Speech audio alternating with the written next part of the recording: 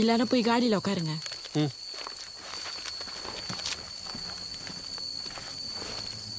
சுற்றி எல்லா மரத்துலேயும் தெளி, காடி மேலே ஃபுல்லாக ஊற்றிடு.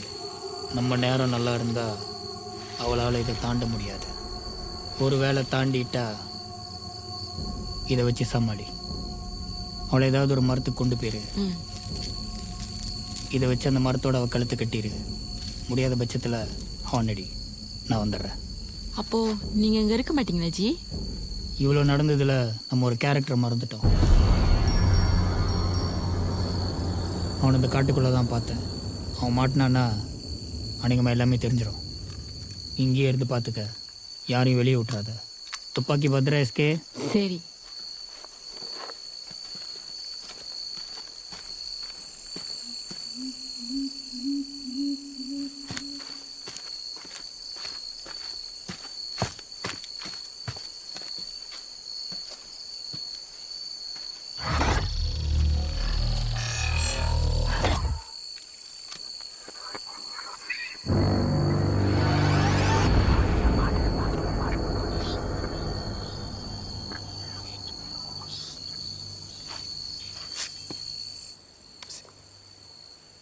பாத்ரூம் போனோம்.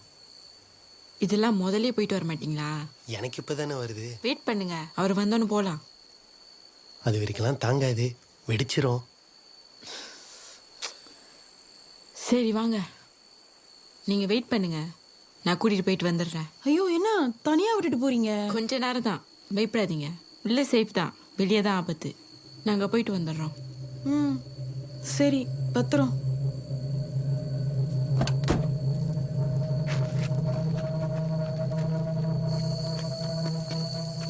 தோ அங்கே போங்க. போங்கண்ணா. தனியாவா? கூடவா? அதான் நான் இங்கே இருக்கேன்ல, அது கூடவா நான் வரணும்? போங்க.